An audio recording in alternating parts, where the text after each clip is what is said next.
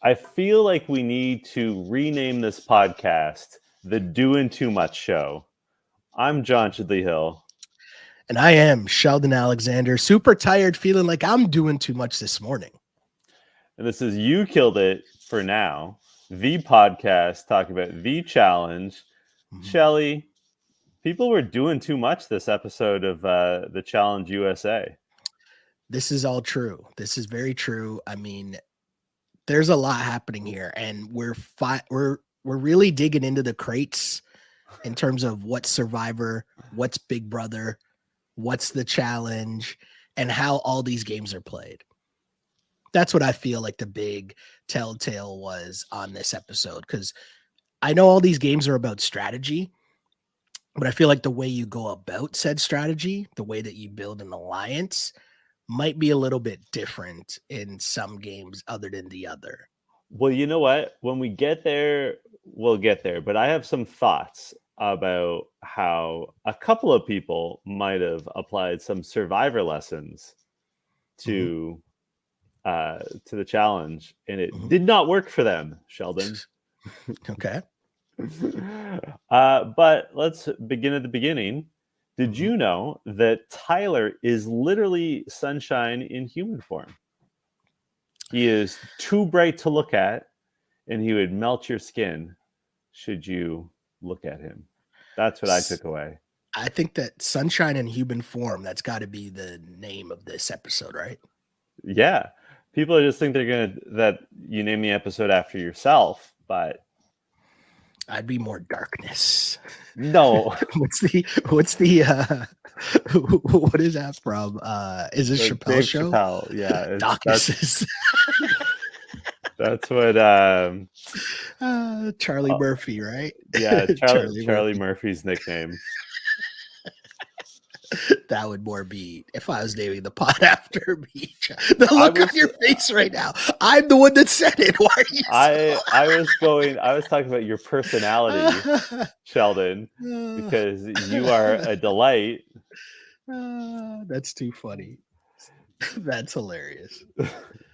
Listen, rare I don't got these good lights here for no reason. Okay, I got these good lights here for a reason. To make it more sunshine. How about that, John? Okay, that's fair. It's rare that you make me break. Normally, I'm the one that leaves you speechless. You just got so shook. I'm so shook. You know what it is? Dear listeners, dear You Killed It listeners, before we started recording, Sheldon said I never make him laugh. And I was so hurt that I'm still trying to recover. Sheldon's just laughing. Okay. Sheldon's just nodding and laughing like, yes, true. You are not funny, John. Hurtful. Sunshine in human form, yes. Sunshine in human form. There's still 7 Survivor players left in the house. And first of all, I didn't realize that there's that many Survivor people in the house and that none of them had been eliminated, which is very impressive because one of them's Michelle, and like that's her existence. But I told you Michelle's gonna have a big season. I'm pretty sure I said that on. You did say that. I will give you credit. You did say that. I'm still the hater here. Me and Michelle, we go way back, man. Okay. Do you find yourself cheering for the challenge vets because they're more familiar? Yes, 1000%. Me too. And Desi. But the challenge vets, here's the thing, right? The challenge vets, I just feel like they're more calm and cool. Like Wes and Bananas are scheming and plotting, right? But you're not really seeing them they're not doing too much right now. They're just sitting back, right? They're picking people off. They understand what's going on in the game, right? They understood what they had to do to build up the numbers, which is making a pseudo alliance with the Survivor girls, right? Mm-hmm. Then understand we got the numbers. We just got to get some wins and start taking people out. Now, there's going to be a time, and it might be next week, when the alliance sort of turns on each other. Cool. But until that happens, you just sit back and play your position.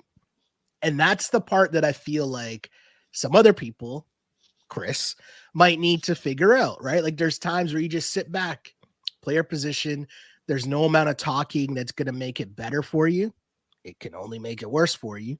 And so you just got to understand the whole outlook, the whole 360 of the game. And Chris definitely did not understand the full 360 of the game.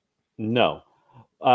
You mentioned Bananas and Wes, just sort of sitting back in the cut, not doing too much. I mean, I actually noted, like, is Corey still in this game? Like, I feel like we haven't seen him at all. Like, not even in confessional for 2 episodes. Like, I Yeah. actually wondered, like, did he say something like bonkers racist and they have to like edit him out? Like, where did Corey go? He appears later on in the episode, but like, we did I, not see Corey for like several episodes. like he hasn't even been a focal point of any of the daily challenges or No, anything. Like it's super strange. You're totally right about that. That's a great call. thank you.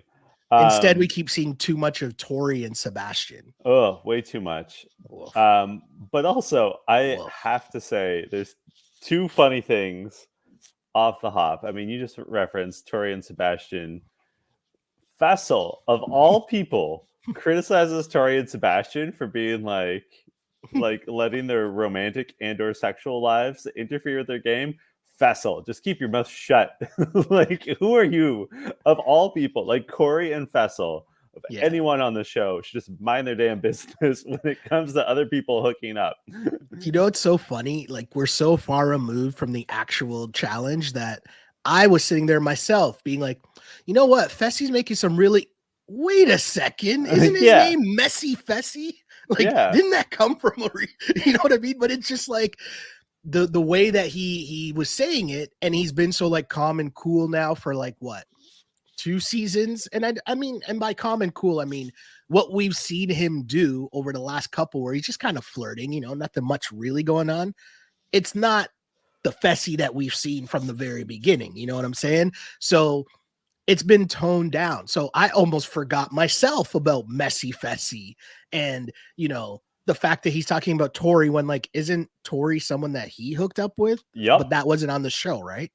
No, but they were flirting. Like the track was being laid. Yes. Beforehand. Yes. So that was just hilarious for sure. And then the other thing I loved about this like little preamble, this little opening segment, before the first commercial. Can I just say one other thing though? Yeah, of course. We talked about Fessy and like just the rebrand of Fessy. To me, that could have been an opportunity where he could have had fun with that confessional. Yeah. Right? Where instead of trying to lecture it, he could have been like, he could have like winked at the camera at the end or something like that. Or like just said, you know, I've learned my lesson, you know, like just anything to like, humanize it more. Acknowledge your past, Fessel. But do you think that this is the whole play where this is a different show with a different audience that might not know Messy Fessy, right? They know. So you're Fessel. saying so you're suggesting that he was edited? No, I'm suggesting that like both he and whoever's doing the challenge now, not the MTV people, are realizing that this audience on CBS is probably not the same audience, or it's not the same full audience that they have on MTV. So those people might not even know of Messy Fessy. They just know Fessel, right? They know the guy that was on Big Brother with Haley, and then the guy that they've seen the last 2 seasons on USA that's kind of more reserved, very quiet, flirts a little bit, but he's not like, you know, mingling. Well, you know? and he wasn't even on last season of USA, right? Like last season, there's no challenge people, no true challenge people. The other thing that I thought was funny is we have a scene where Michaela sits Chris down and then basically is like, you're playing super messy. But also in that context, she says to him, like, there's clearly an attack on Survivor happening. Okay, we just finished seeing that no one from Survivor has been eliminated yet. Correct. So, like, maybe she misphrased it. Maybe what she meant to say was, like, we're obviously next because there's no one left to attack. Yeah. But also, like, I remember every time, like, we see Michaela on the screen, I think about early on in the season, Wes said that she's the most paranoid player he's ever played alongside. Yeah. And, like, the fact that she interprets, we haven't lost anyone, so we're being attacked. Like, she's not wrong, but also, like, another way of phrasing your situation is that you're winning. that your alliance has been the most successful. Yeah. And therefore, in an act of desperation, the other two groups, I mean, Amazing Race is out of this. Mm-hmm. I gotta say, I wish maybe for Challenge USA season 3, I'd love to see it where it's a team competition and the teams are just like straight up and down, like here's 8 people from Survivor, here's 8 people from Yeah. Big Brother, here's 8 people from Amazing Race. Oh, I Just bet you like, that's it's in the hopper. I bet you that's coming. I mean, you know this. Long-time listeners of You Killed It know this. I loved Battle of the Seasons. Like, I thought that was one of the better formats of the show, and like Yep. that's when I was in like my peak enjoyment of this show. Mm-hmm. And we weren't recording yet, were we? No, that was pre You Killed It, the dark pre YKI days. But I love that format. Like, I think it's really interesting to have these like pre-established dynamics that are a team. Yeah. What did you think of this conversation though between Michaela and Chris? Well, it was very telling on both sides because Michaela is super paranoid, but as she says later on in the episode, she is always thinking constantly, 3 steps ahead. And that is, as she phrases it, one of her strengths. I think it's one of her strengths, but also maybe one of her weaknesses. She's got to like rein it in a little, but obviously it's working because, their side's doing really well. Mm-hmm. So it's very telling on that side. The flip side is Chris, he just laid all his cards out on the table because Michaela's like, we don't really know if we can trust you. Like, we feel like you're doing too, like she's openly telling him the concerns that she has and her side of the house has with him. And then he's being honest about the fact that, well, I feel like I'm tighter with Corey and Fessy and Josh. And it's like, you can't really believe that, can you? Right? Like, what makes you think that you're actually close with Fessy and Corey? Like, that has to be a thing where you've never really watched a challenge before. You don't understand how the game's played. So you think that you're just friends with these guys now, not realizing that they're just keeping you around as numbers in case of emergency. Yeah. But I didn't understand that. I didn't like understand. maybe someday you'll actually be their friend, but like it typically takes 2 or 3 seasons before what was an alliance becomes like a real friendship. But I'm saying, if you're Chris, what's the point in admitting that to Michaela? Why not just say, hey, you know what? I'm on your side. Like, I'm keeping those guys close because A, B, C, and D. Like, but he clearly actually believed that Fessy and Corey were going to rock with him. Why? That part I didn't understand. Yeah. I mean, I can't explain it either.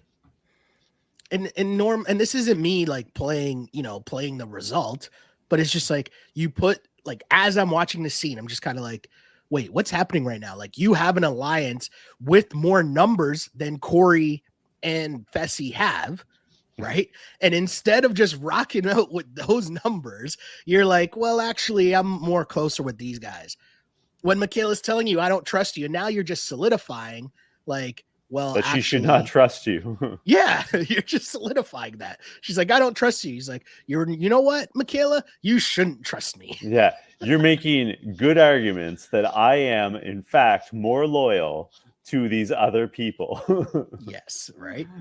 Exactly. So we get to the daily challenge, which was speed jump.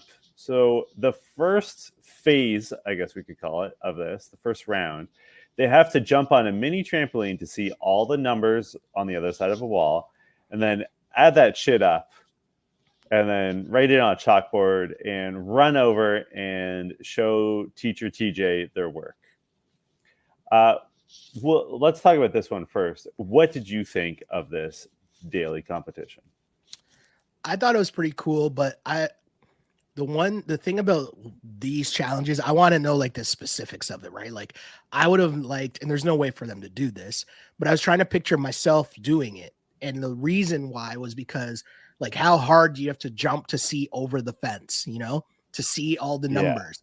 Yeah. And I was thinking about that part of it. And then thinking, oh, I would have done poorly on this because, like, my brain would have been working too much trying to jump too high on the trampoline over and over again, right?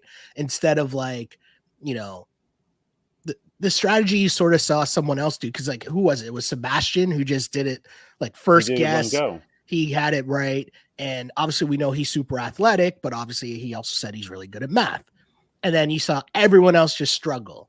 But why were they struggling? It's because they're panicking. They're trying to go quickly. They're trying to make it, you know? So I thought it was a really cool challenge, like a good first phase, we'll say. What did you think? I think, like, first of all, I thought it was funny how they would show like the camera peeking over, but it's clearly not on a trampoline. Like it would like go up and hold frame for like 3 seconds. I'm like, that's not how trampolines work. Like you're immediately falling back down. Yeah. And like they are like, oh, it's about math. I think it's about like eyesight. Like it's about like, can you track like you're moving, but can you track something that appears to be moving and like accurately read it? Like if you have bad eyesight, like if you are short-sighted or whatever, this is going to be a very difficult challenge, right? And even like an aspect of eyesight, it's not just like being able to read something clearly, but like how quickly can you pick up a moving object with your eyes, right? Like it's tough. Yeah, no, totally. I also thought it was interesting, like they all had the same number, right? Like they all had to get 91. I don't know, for a second there I was gonna be like, oh, I shouldn't say the number. They all had to get 91. It doesn't have to be a state secret. I was surprised that no one, I mean, maybe told they didn't their show allies. Yeah, that part didn't make sense to me either. But again, that comes down to who got the number first, because I wondered if like, why didn't Sebastian tell Tori at least? You know, she ended up going through. Cool. But I guarantee you that if it was Bananas or Wes that got it first, they would have been like, But I also wonder. Oh, I just dropped a pen. I was like trying to make like a hard, like I was getting like my newsman on and trying to make like a hard hitting question to you, and then just drop the pen on the table. But anyways, I wonder though, and this just came to me. Wes and Bananas, do you think that they're trying to win right now? Or they're trying to, like, they're kind of secured numbers and they're like, let's just pull back a little here. I think they're trying to pull back. Right? That seems like the move there, because you don't want to put the target on your back. Let the other two people kind of fight their way out. Well, I think in their minds, they certainly, like, Tori is definitely on their side, like 100%. And as long as she wins, they're good. Yeah. And also, like, to a lesser extent, Fessel and Corey and Josh are on their side. Yeah. So like, and I think, I think you're right. And we even saw it in confessional. He didn't say it outright, but Wes is like, yeah, Tori keeps killing it, so I'm not that worried. Yeah. No, and Banana said a similar thing. Yeah. On that note, Sebastian, Josh, and Fessy are the first men to win.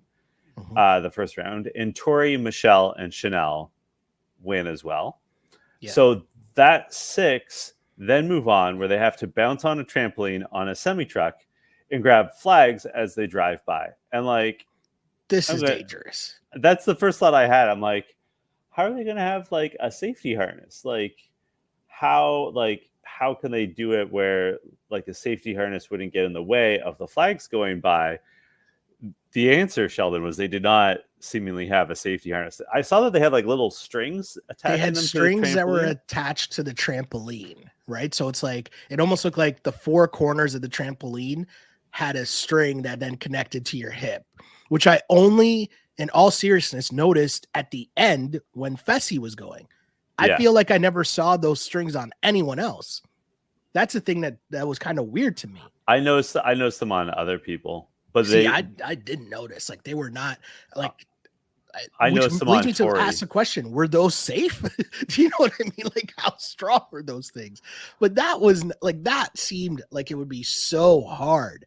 And the other part of the big differentiator here that Fessy came up with was the fact that everyone else was bouncing up and down the whole time. And then you have to like time your bounces, which makes no sense. Which, as Fessy says, you just need one big bounce when you get close. and then you grab it, right? Instead, you might be off time. So that was a thing that was also quite strange to me because, Tori fell so hard. And I was like, yo, that is crazy. And what happens if you just fall off balance and you fall to the side where you might not like, I don't know, man. That looked a lot scarier. Maybe they sped up the truck a little in post to make it look like it was going a little faster than it actually was. I don't know. But that looked scary to me. I would say we've seen some bad spills, some bad hits, on the show. The bump, to use wrestling parlance, the bump that Tori takes is one of the hardest we've seen.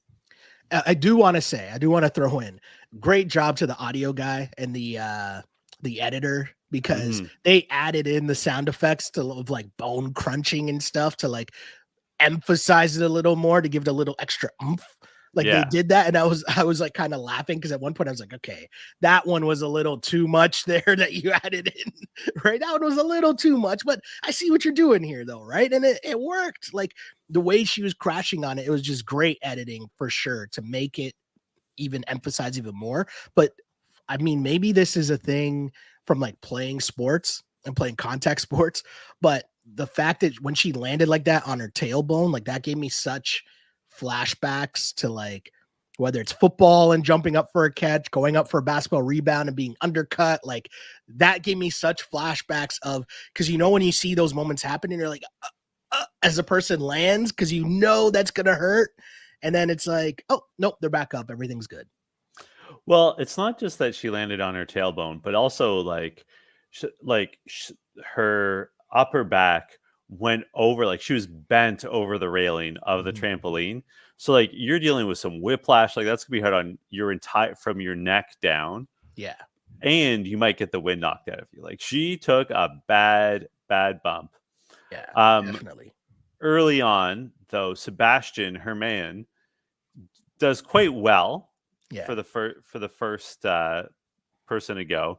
Then Tori goes and, as we said, took that bad spill, but like actually did pretty well. Yeah. And when she takes that spill, Sebastian says, "Do I go run up there and help her?" And like this goes to show how your man Sebastian is doing too much. Because the way I interpreted what he was saying is he's suggesting that he go run and catch a moving truck and climb up on it to administer like a spinal tap. Like, what's he gonna do for like a messed up back that can't wait? Just doing too much, man. Doing way too much, Sebastian. Just like be logical. Like for sure be upset, but like what are you going to do in that situation? You're going to wait and you're going to hold her hand when a paramedic or another like properly trained medical person is attending her. That's what you're going to do, Sebastian. Yeah. You're not actually going to like save her from the moving vehicle. Like, oh my God. To me, the interesting part of this challenge was that like you see because like I'm not making fun of anyone, because again, I was just saying I feel like I'd be shook trying to do this. No, trying to do this challenge, okay. right? So like Josh being the tallest was so funny to me because it's like you don't have to jump that much, bro. Like you're like the tallest person here, but he struggled. He pulls down the whole thing. Michelle, not really that athletic. You know what I mean? Like in terms of like the like jumping skills. So like she really struggled. Chanel talked about her basketball background and being like a great rebounder and jumper, and then she super struggled. And then your man's Fessy comes out here and he's doing backflips and shit. And I was like,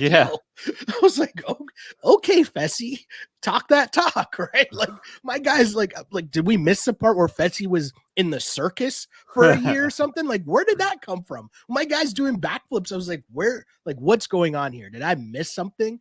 Because Fessy's a big dude. Like that's hard to do, trampoline or not. Yeah. Well, but that goes to show the difference between someone who works out and someone who's athletic. Super facts. Yeah. Right? Yep. Like Fessy obviously like was in discussions to be drafted to the NFL. He played tight end, a very difficult position. I mean, they're all difficult, but a more difficult position in NCAA football. That's the difference between that and doing CrossFit, right? No, for like sure. For sure. it is a different level. I did one last thing about Tori's spell, how she gets back up to her feet and just goes, ouch. Yeah, that was good. So Tori and Fessel win. Bananas is happy that Tori and Fessel are running things because he knows it's another safe week for him. Smash cut. Fessel telling Chris that if it was his choice, he put Wes and Bananas in. Yeah. Do you think Fessel was telling the truth here? Yeah, I think this is that's a little nugget they're dropping in. That's going to be a precursor for what's about to happen in coming up episodes. I also just think that Fessy, this is why Fessy struggles as well. Like, why is Fessy worried about Bananas? Like, if I'm Fessy, right, I'd be more worried about Chris in a final than I would be about Bananas and Wes in a final. No, like Fessy at this stage, I understand that Bananas and Wes have, they've won before, they're vets and all that stuff. And I get that. And there's going to be puzzles and they might be better than him at puzzles or whatever. Like, I understand that side of it. But I still feel like physically you should be able to beat them at this point. And physically, your bigger competition is Chris, probably Tyler, who's super athletic, is a great swimmer. Do you know what I mean? Like, these newer guys, it's not like they're slouches here. So I don't get why you're going after your own numbers. Yeah. Right. To go into a final against people who might be able to beat you. Right. Because Chris has done well in a lot of these challenges. Right. And what we see in the elimination, which we'll get to, you know what I mean? Like, it was just weird. But anyways, Fessy also hasn't won for a reason because his gameplay isn't the best. So, well, sorry, I just have a thought on this. What the reason why Fessel is so obsessed is he wants to be able to say, I got rid of Bananas or I got rid of Wes. Like, he's trying to pad his resume, which on some level he knows is lacking. Like, he knows he hasn't gotten it done, right? Like, he knows better than anyone he hasn't gotten it done. So rather than be like, I want a season that featured Bananas and Wes, he wants to be able to say, I got rid of Bananas and Wes. And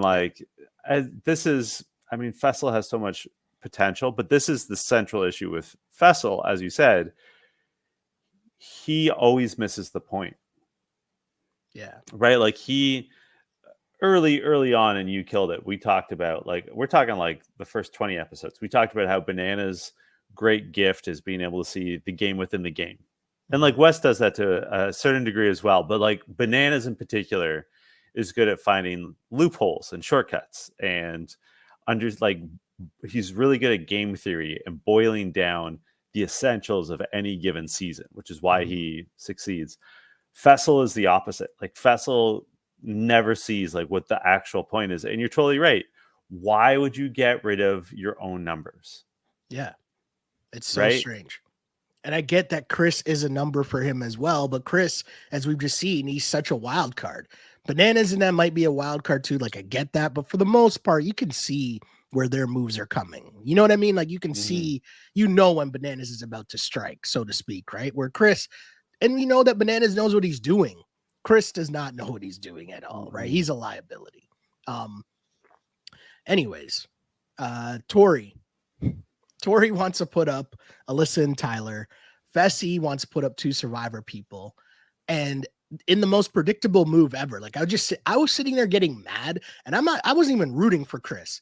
But I was like, of course, Fessy's just going to throw him under the bus after this whole thing where he's like, yeah, if it was my way, I'd throw in Bananas and Wes. And it's like, okay, well, now you won, so you have a say, and you're just going to let Tori run the whole thing? Why? You know what I mean? That doesn't make any sense other than, Fessy just didn't care about Chris to begin with, which we kind of knew, but it was just funny to see. He didn't even put up a fight. I will say, I can't believe I'm going to do this. In defense of Fessel, he's right that it's time to put Survivor people up. Of course he's right. But he's right on that count. But the fact that he then once it got to like once he got as far as like Survivor people going up, then he was like not logical. Then he's like, yeah, whatever. Like, Yeah, like he didn't care about. There was no fight being put up for Chris at all. no. She At was all. like, how about Chris? He's like, all right. And poor Cassidy. Cassidy survived this game despite being on the radar. Like she's been in the like what's the 007, what was it, GoldenEye? The Yeah. GoldenEye scope. The Like I feel scope. like she's been in that for like the whole season and somehow still survived. And I really wonder, like, when that happens, when someone is just like a perpetual target like that, I really wonder what they're like on a day-to-day basis in the house. Because like earlier in this episode, Sebastian mentioned they've been in the house for 30 days. Like, do you think she's like not washing her dishes? Like, do you think she like leaves cups of water all over the house? Like, could how be, is this yeah. happening? You know what I mean? Like, I Definitely could feel be. like sometimes we don't get to see it, but like, I think there's like little things around the house where like she's just gross and people are like, oh, get out of here. Like, we Yeah. don't want, or like, she's annoying or she talks too much game or like I feel like there's some nuance that we're missing as to why she is just like constantly up or like at Yeah. least in discussions. No, definitely feel like there's got to be something there for sure. Yeah, I don't know. Tori tries to explain what happened to Cassidy, and to be honest, she makes it sound logical. You know, there's no Yeah. argument there. And Chris is mad at Fessy, which, you know, he throws him under the bus. And Fessy explains himself, you know, well, Tyler, like I was on this season with Tyler, like I'm not going to throw him in. I'm obviously not going to throw in it. Like Fessy is correct, but like the way that he's saying it is so nonchalant. I But mean, also, it was obvious, and Chris is so surprised. you're not setting the stage accurately enough. Fessel was making this defensive decision as he sat at the table eating his food, barely looking at Chris, with like so many people in the room. Like everyone was eating dinner, and Fess was just sort of like, I don't know what you want me to do. Takes a bite of like pasta. Tyler and I were in the same class, like in the same Big Brother season, and like Tyler's right beside him, and Yeah. just like it was. And Chris is like, I'm taking this personally. I'm like, I don't think you should take it personally. I think you just need to know this is who Fessel is. Like, Yes, and this is what Michaela was trying to tell you. You're doing too much, bro. doing way too much. I thought it was very funny. It was hilarious. It was hilarious. But then we get to club night, and I know you love club nights, and I don't want to take this from you. No, it's not a thing this season. It really isn't, man. Because it's just Sebastian. Sebastian is like, oh, I see Chris is doing too much. Bet. I got this. Let me show you how it's done, Chris. Let me show you how doing too much is accomplished in this house.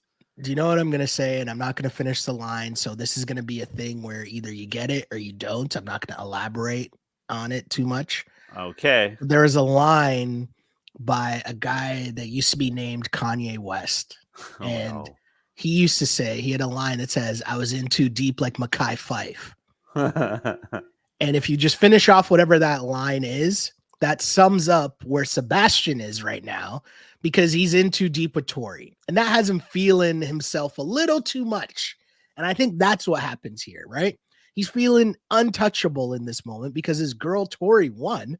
And he's thinking, yo, I'm safe. Tori's going to be able to keep me safe the whole time. And that's not really the case. That's not how reality this works.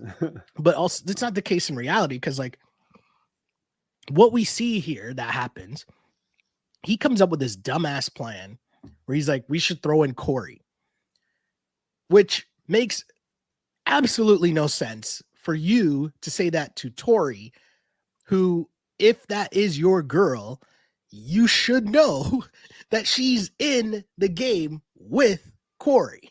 Yeah. But the fact that you don't know that and you're saying this to her tells me everything I need to know about the phoniness of this showmance. But Sebastian has no idea. The other thing that's stupid is, okay, Sebastian is Survivor. Chris is Survivor. You know that Tori has previously pissed off Tyler and Alyssa.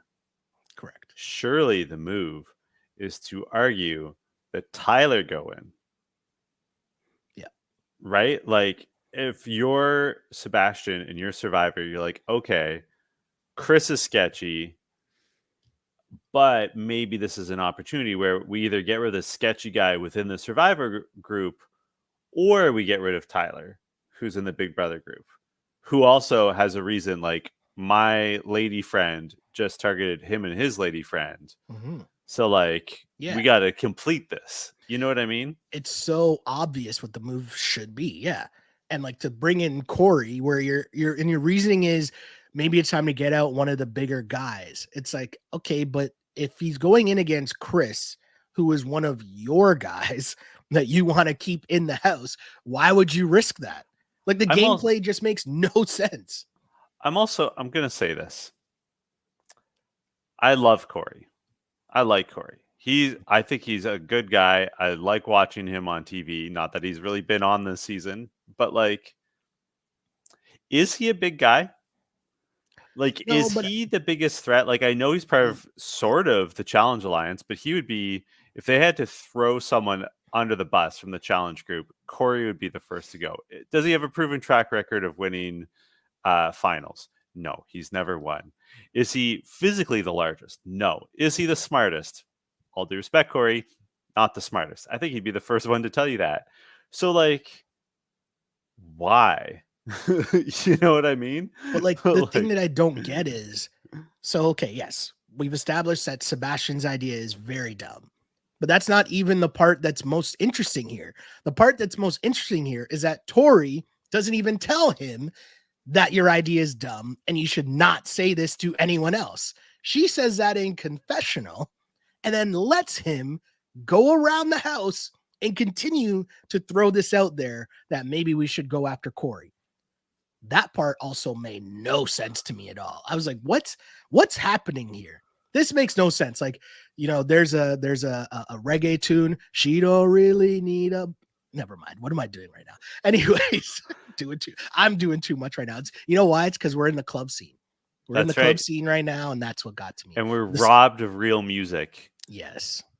I also like can't sing on the pod because then, you know, like they might do something with the rights and all that because my voice is so good. I was gonna say, you think your singing is so good that's gonna get flagged by algorithms. Okay. I'm joking. Okay. I'm joking. But you mean when I sing along to the Venga Boys on this, it doesn't. My point was to call Sebastian a toy friend, okay? And Sebastian is a toy friend.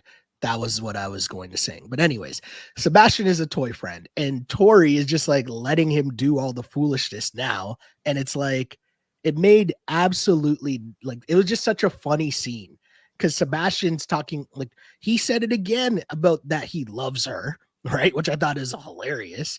And she's just like, oh yeah, you want to throw out this stupid thing? You probably shouldn't do. She doesn't even tell him that.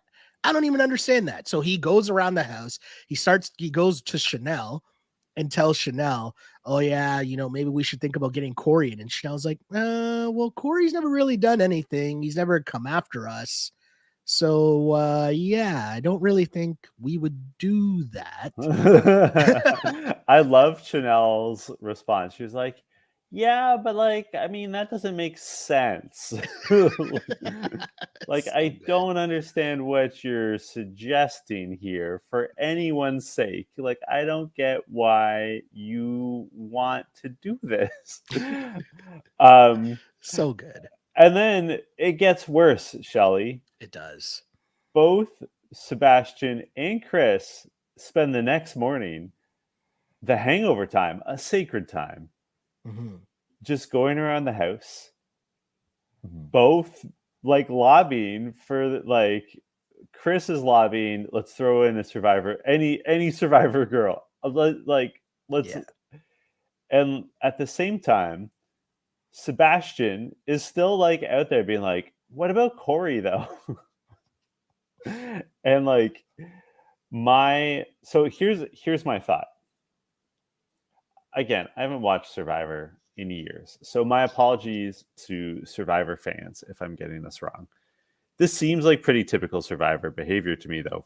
When I did watch Survivor, there'd be these moments where people would, because it is typically an individual game in terms of voting, they would go around and they'd be like, oh, let's all just like throw this person in. And basically, if you convince enough people, then you live to see another day, right? Yeah. I wonder, though, if one of the subtle differences between the challenge and Survivor is if there is a shorter lead up time between voting, like for Survivor people. So, like, where Chris and Sebastian both got undone is that the people that they were like campaigning against found out, and then they had to be confronted by these people to be like, what are you doing? Yeah. Right.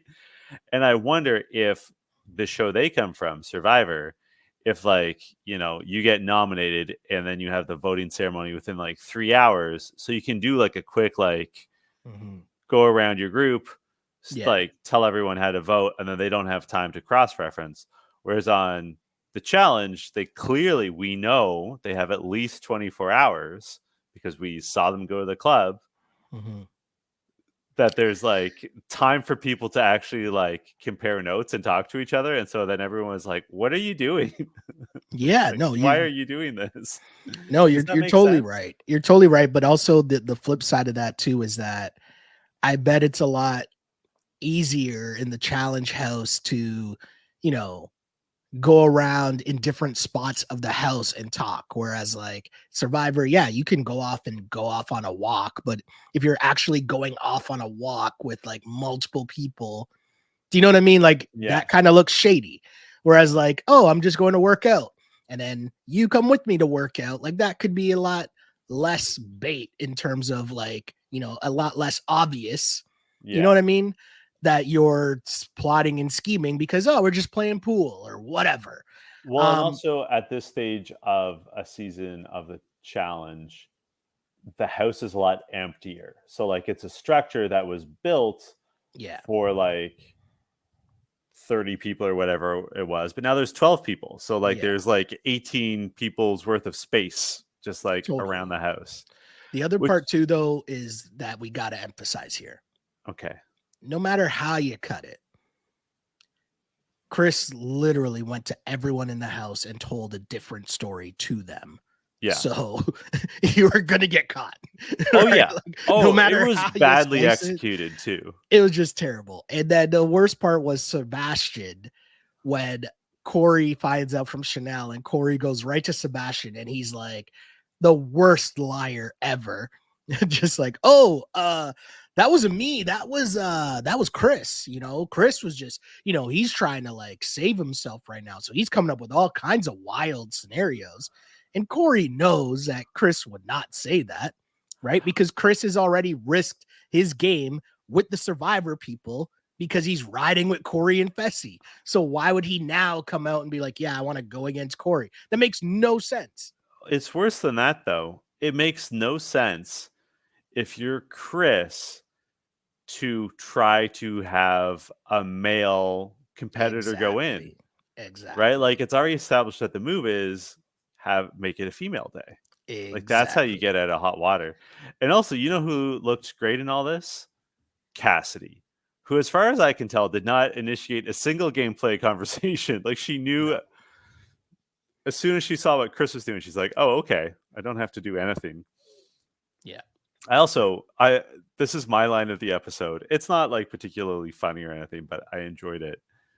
Was Bananas and Wes are just like, you know, being the uncles. They're in their room, door closed, hanging out. Chris comes to talk to them.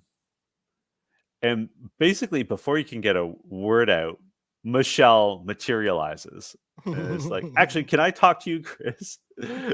And she was like, are you saying my name? I heard you're saying my name. Because Michelle also, queen of doing too much. And he's like, well, I was just asking these two. And like Josh was suddenly there too, to vote for a girl, a survivor girl. And Wes cuts in and goes, okay, you want us to vote a girl, then she's on the table. Just immediately like threw Chris under the bus.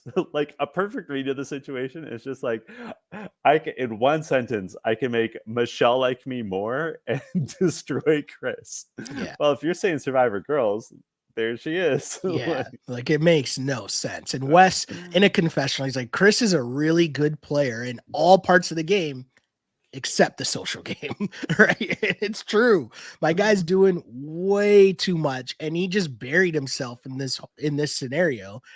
And it's interesting because obviously he ends up going into the elimination.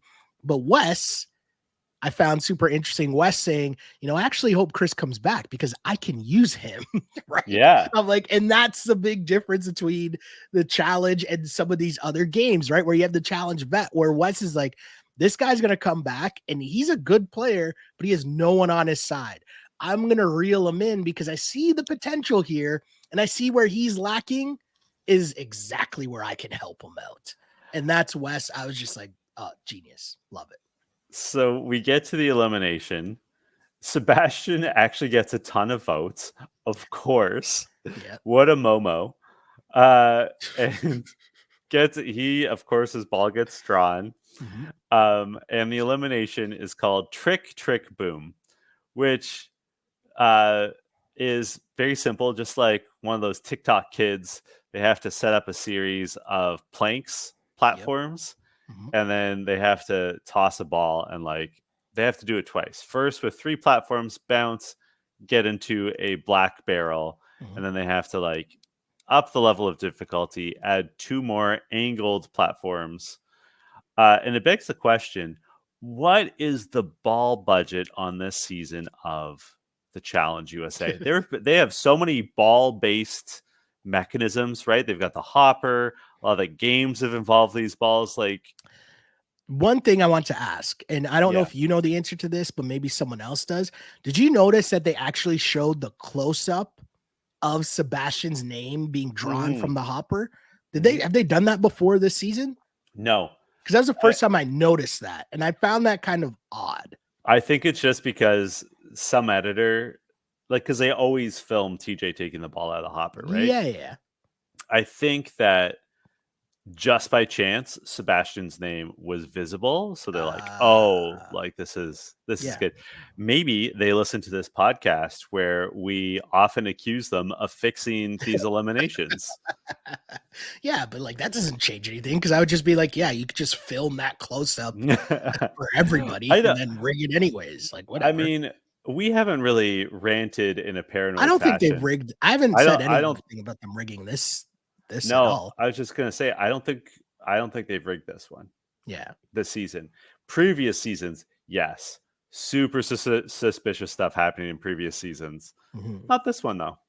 No, this elimination I thought was really good though, and it was interesting because Chris, again, as Wes just pointed out to everyone, Chris is really smart. Chris is good at this game, and Chris right away understands he took time to prepare how he was going to lay out all of his platforms, where Sebastian was just kind of like, nope, let me just put them in a row here and I'm going to start throwing. I'm going to try.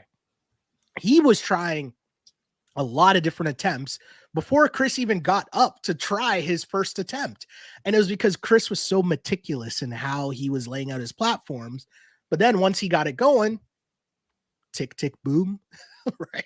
Chris seemed to really have it down pat. Whereas Sebastian, who had everyone cheering for him, it seemed like everyone was trying to help him.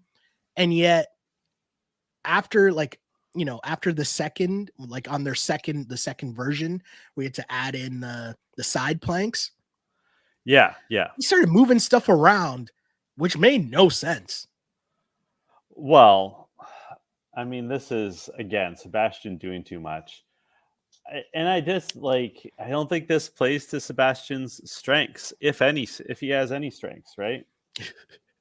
At one point, Tori says, Sebastian looks like he just came out of a beer pong tournament in college. I'm shaking my head no for our listeners. I do not see Sebastian as a frat boy type. I see Chris as a former frat boy. Like, that's believable. But Sebastian does also, not strike me as a frat boy. I should point out, we don't really have frats in Canada, so like I don't have a lot to go on. I'm just going off of like movies and TV shows, but I don't know. I didn't really believe that. I just found it weird that like that's how Tori sees him. That's your jam, I'll say, Tori. Like, I don't Is it know. though? It was. I have I no mean, idea. I don't get it. I'm not trying. I don't Jordan know. doesn't strike me like he was a Nope. frat boy either. No. Poor man's Jordan, the Romanian Jordan, Vampire guy. vampire guy, Emmanuel. Yes. Emmanuel. Yeah. He's coming back on the next season of MTV Challenge, eh? Wow. I mean, yeah. So you loved this I challenge. thought it was pretty good just because it was different. Right. And like, I'll take the Bananas line here where Bananas was saying, you know, he thinks he's very good at this game and he can figure anything out, but they always just come up with something new and different. And I thought this was a different challenge. Like, I like the challenges where, don't get me wrong, I love the physical competitions where it's just like beast mode. But I also like the challenges where there's no distinct advantage going in, right? Like anybody could have won this, you know, you could have had Cassidy go against Chris and I don't know who would have won. Yeah. Do you know what I mean? Like, I love those types of challenges too, where you got to like think it through a little, you know, there's no distinct, like, well, this person's bigger than the other person, so they're going to win, or this person's faster than that person, so they're going to win, or this is a straight stamina competition and that person's slow and they have no stamina, so they're going to lose. You know what I mean? Like in this one, you really didn't know. And I like those types of challenges, regardless of what game it is, let's say, you know? Yes. Longtime listener, Jade Zwingli says, "You guys are killing me with this love of the Elimination Challenge this week," referring to last week's episode. "I was so bored, I told my husband during it that I hope they never do this one again.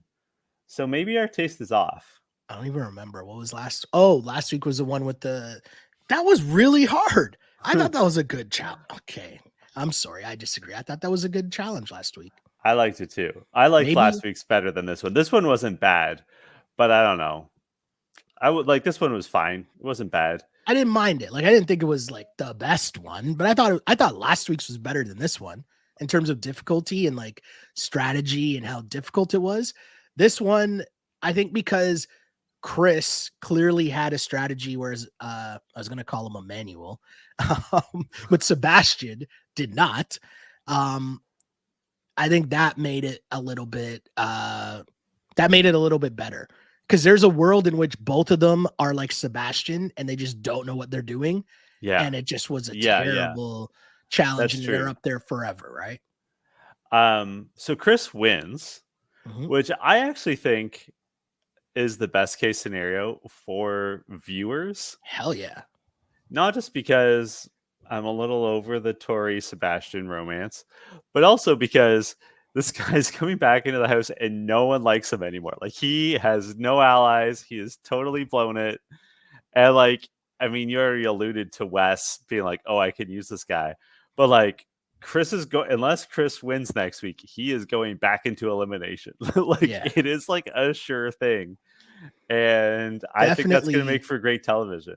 Yeah, it's definitely everybody hates Chris section of this season of the challenge. But also, I want to say something here, okay? You're so right about Tori and Sebastian thing being over and done with, and I'm glad that it's over and done with as well. But I need to say something here, okay? Long-time viewer of the challenge, right? Right. I feel like there was something that was sacred or important about when someone, like, you were on with like your girlfriend or like a serious relationship, and then that person gets eliminated, and then we have this moment at the end of the elimination where you run over to them and you give them a hug, and they do it in slow motion, like it's Baywatch, like you're running to your significant other that just got eliminated, and then you kiss, and it's so sad because it's like, oh no, this person got eliminated and they were the only person keeping me in the house. And I feel like those used to be real moments. And now it just seems like a tired trope. Like people Yeah. just saw it on before, and now it's like, oh well, I just got to do this because like I was hanging out with this person in the house, and now they're gone, so I got to like run and give them a hug, even though we all know they have to go back into the house to get all their stuff. So you're gonna see them. Like it's not like you never see them again after this elimination ends. You know what I mean? Like you're all going back to the same house. They have to clear out their stuff. Like this isn't like the old school version of the challenge where it's like everyone pack their things because it's time to leave. And you know what I mean? So Yeah. I don't know. It And just also they're like the way this show works, as I think our listeners know, is that like when you lose, you don't go back to the United States. You go back to like the holding hotel. exactly. Yeah. And then like everyone that's been eliminated is there. You hang out, you're having meals together, you're doing excursions together, right? Like you're hanging Yeah. out. And then so like if and when Tori gets eliminated, then she'll meet him back at that hotel. But also like their relationship, like there's no way, as you said, they've been in the house for like 2 weeks. Like these It's challenge 30 USA, days at this point, but like your these point still stands. like what are we doing here, right? I didn't need the Tori's got to run out and do that.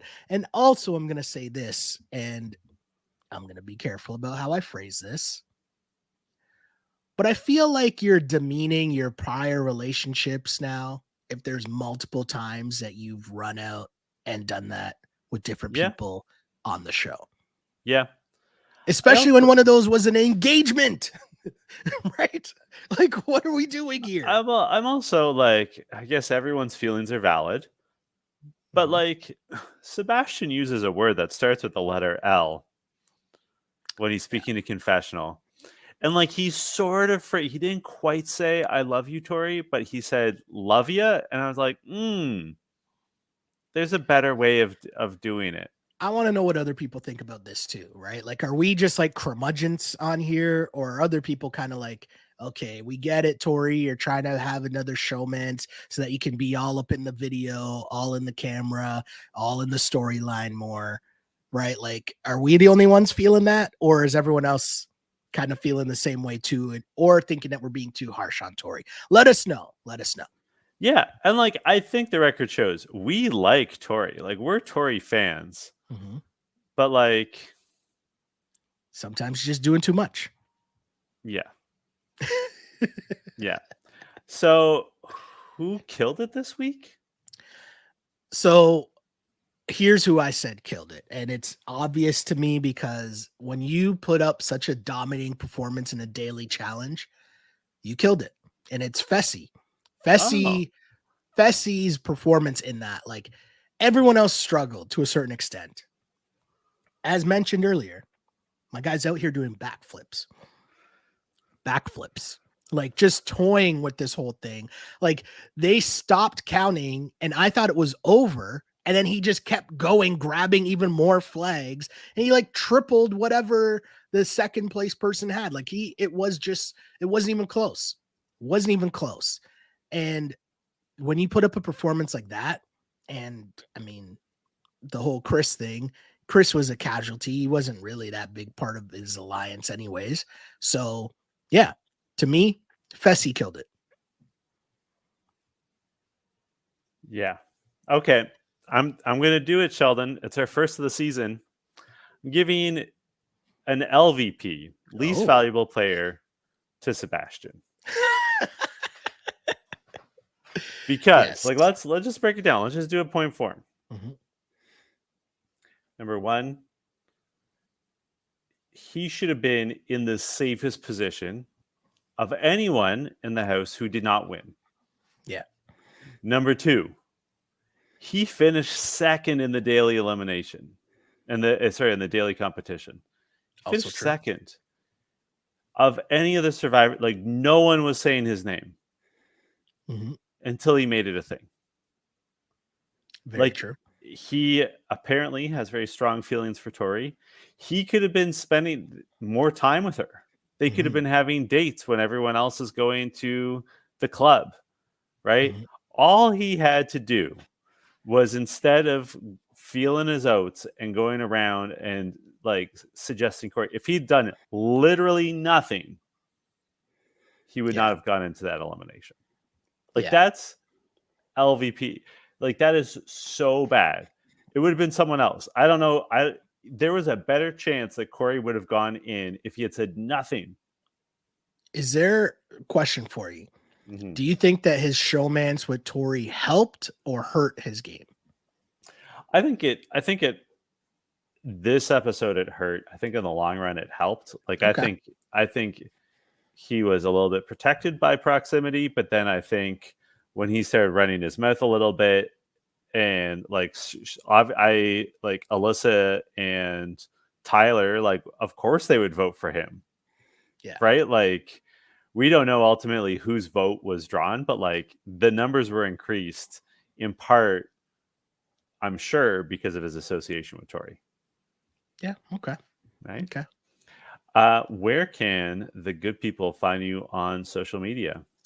Well, you can find me on the app formerly known as Twitter at Shell Alexander and on Instagram at Sheldon Alexander. And huge shouts to the people liking and subscribing wherever you get this podcast. We appreciate it. We see the comments. We love the comments.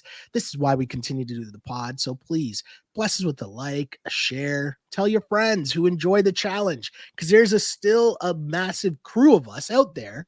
And why not spread the love of people that love the challenge? We love love. Real We love. do love love. Not fake love like Tori and Sebastian, but story for another day. And you can find me on any social media platform at J Chidley Hill, because that is good branding. Until next week, this was You Killed It. Well played. I see what you did there, and I liked it. You killed it.